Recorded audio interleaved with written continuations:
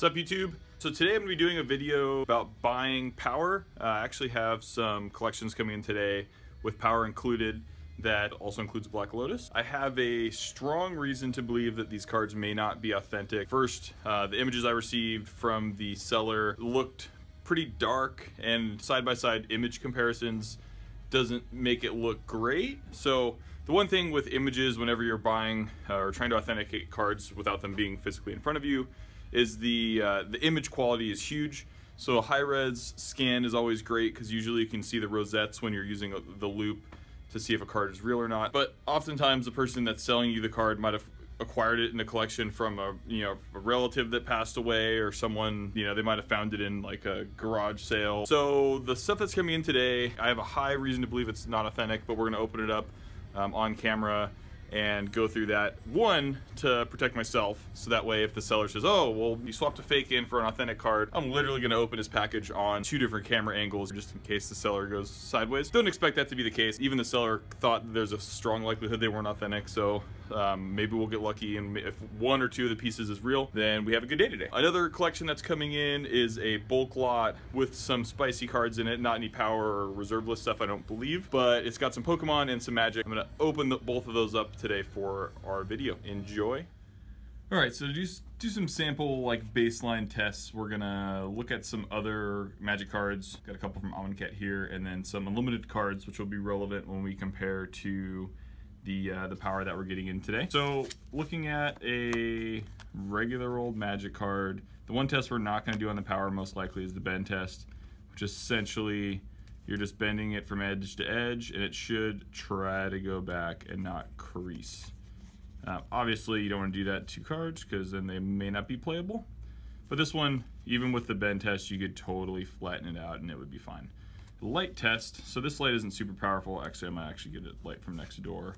But when you do, yeah, this is not going to work. Scratch that for the light test coming to a theater near you. This is also a loop, so these are 2 different loops I have. One is with a light, one is with not. One is a 20x, and I think this one is a 30x. It is, okay. So I'm gonna try to see if this works. Honestly, a black card is probably not the best one to test here. This is gonna be tricky. Okay, so found the best position to show a sample here. So this is an Authenticated card. I have a 20x loop, and when you get this thing magnified, and it's also got a built-in light, you can see those rosettes. That's what some people call them. I've heard them called a few different things. But you can see the rosettes, and also the way the inking process works for all Magic cards since the beginning, for the most part, with exceptions of crap sets like Ice Age and Fallen Empires, I think they changed it up a bit, is that the set symbols and then also the text on cards is going to be a second layer of ink on top of the other ink. So that's one way to test for fake. So this is the same test we'll be doing on unlimited power and on some of the other unlimited cards here. Also, you'll see the text as well, if I can get this thing to focus. There we go. Is for the most part printed on top. You can see the rosettes there. There we go. So rosettes underneath, black ink on top. And even though that's color of white, you can still see there's rosettes there and different ink patterns that print out the white. All right, next test I'm gonna do here is on this unlimited Berserk. Now this I know is fake. I have a stack of proxies that I got in a collection at one point that's got all sorts of fun stuff, including our very favorite Lotus, right? So, but these, I knew they were fake when they came in a collection at one point. It was a store that closed, and they had these for fun. I don't even know how they got them, but they're pretty good. But the texture, I mean, you just take these things out of the sleeve and you can just tell they don't feel like a Magic card. Give the old feel test, if you know what I'm talking about, you know what I'm saying? But anyways, they're good to compare to authentic cards just because side by side it helps. Because it helps you identify an authentic a lot easier, especially when some of the fakes are a little bit better. Let's do some tests on this card and see how well they got the printing process down. They're probably designed, honestly, to be proxies, because I don't think anyone that knows what they're doing in Magic would let these things pass for authentic. But let's find out. So I'm gonna do our mana symbol here. And that's tricky, right? So obviously they used a printing process for these that got you some nice spotting and some rosettes, so it doesn't seem like this was a digital print, so they definitely gave it a shot. But the one thing you can tell is that forest, or that tree, I guess, if it was authentic, would be just flat black printed right on top of the card, which it is clearly not. Then let's go and look at some text. Same problem, right? So we've got an actual printing process here with some rosettes. The rosettes really, now that I'm looking at them again, aren't really the same way they're supposed to be. You know, if you're looking at an authentic magic card, they're circular and have a kind of a pattern. And then most importantly, you can tell that that black text is not printed on top in a second run like authentic magic cards are. It was printed in one shot, so this card is completely thick. Now I'm going to do a light test, or a loop test I should say, on this unlimited lightning bolt. What we're looking for here is some ink patterns that are specific to this set so we can compare it to the other Power 9 we're going to be getting in today. So let's go ahead and start with the mana symbol.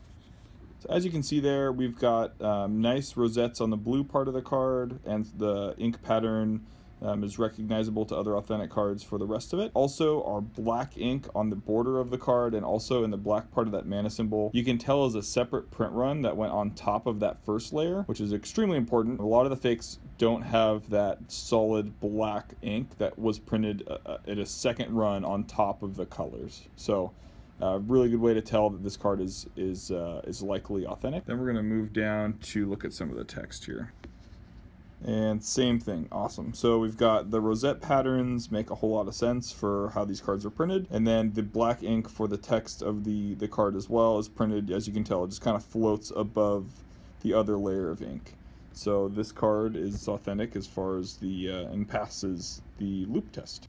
UPS drivers here, bringing me my power. No, that's not power. That looks like a car part from next door. Our neighbor's an auto body shop, so they are always driving and putting cars in here to pick up. Let's see if he's got our power yet. All right, here it is. We've got our Magic the Gathering Unlimited booster box right here. Super authentic. I went ahead and blacked out the shipper, but this thing has not been opened yet. Still sealed freshly with Wizards of the Coast saran wrap, as you can see, so we just know this is going to be real. One thing I noticed here is that the guy used tracking, but he didn't send, he didn't insure this. So another reason to believe that questionable content. So, but yeah, it's pretty exciting anyways, because there's still a good chance. There's a chance that this could be authentic power, but let's find out. All right, back in action. Probably should use a box cutter. Pretty excited. Likelihood of fake really high, but still, I mean, when are you going to turn down the opportunity to authenticate power?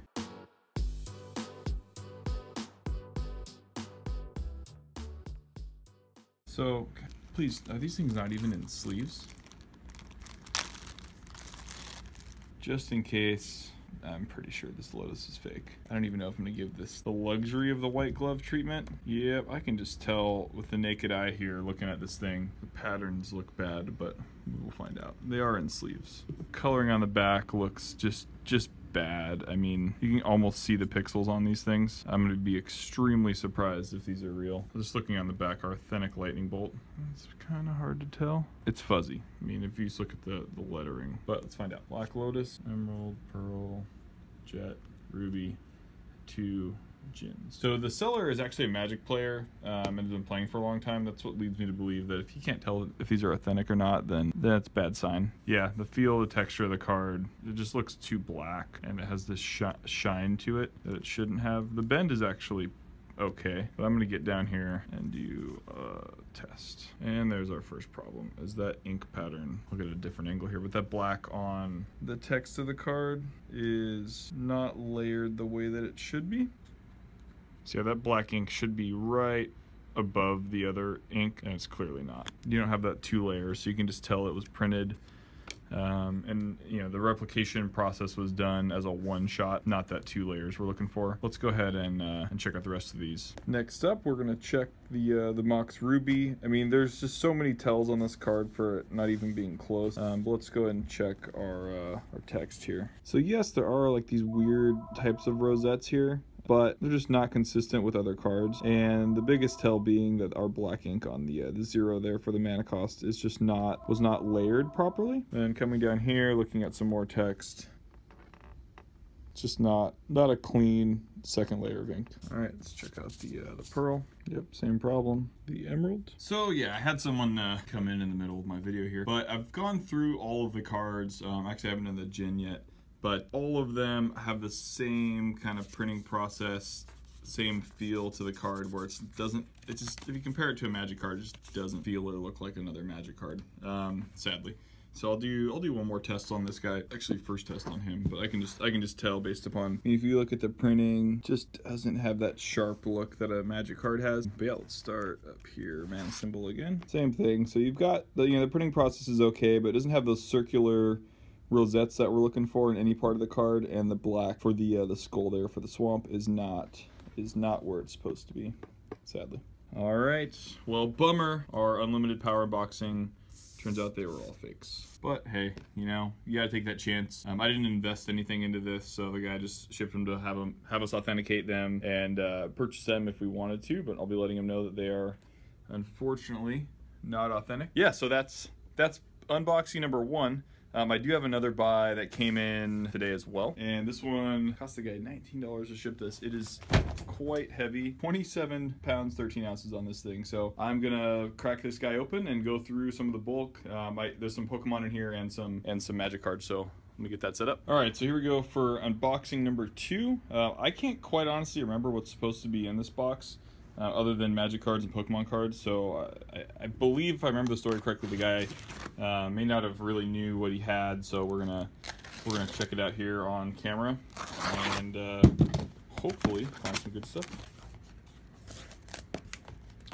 Okay, here we go. He knew something.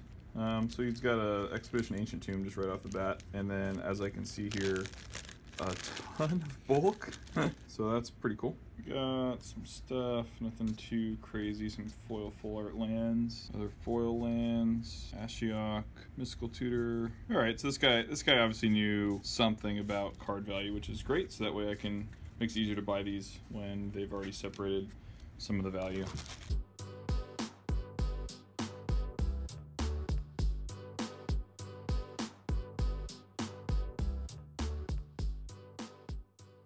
So there's some stuff there. Wow. So I've got cards that have fallen through the cracks down here and I'm sure been damaged. Total bummer, but hey, good start with rares at least. Man, if this is all rares, quality bulk, some Rex Sages. If this is the consistency of the box, then that's a great buy for us.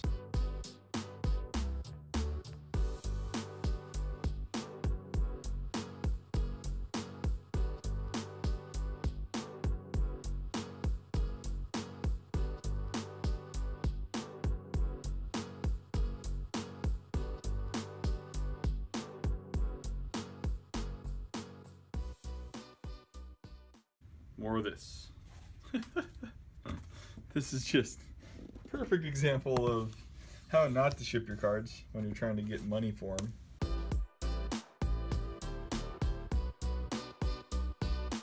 Alright, so to recap here, we got 2 different collections in today. The first one was the Suspect Power, and we went through that, and with the light test and the loop test, all 6 pieces or 5 pieces of power were fake. Major bummer. And then the second one, we had a bulk lot. I thought there was gonna be Pokemon in it as well as Magic, but it was just Magic. So going through the notable pieces, we've got Expedition, Ancient Tomb, Ulamog, some fetches. So the guy, there's definitely some stuff in here that makes this worthwhile. We also got about 3,000 bulk cards, probably about half of them being uncommons and rares, and the rest of them being, lands. There's a stack of, I think there's probably 500 full art lands here from BFZ. So, stuff that we can use in the store and sell at 30 cents or whatnot. So that is all for today. Thanks for watching.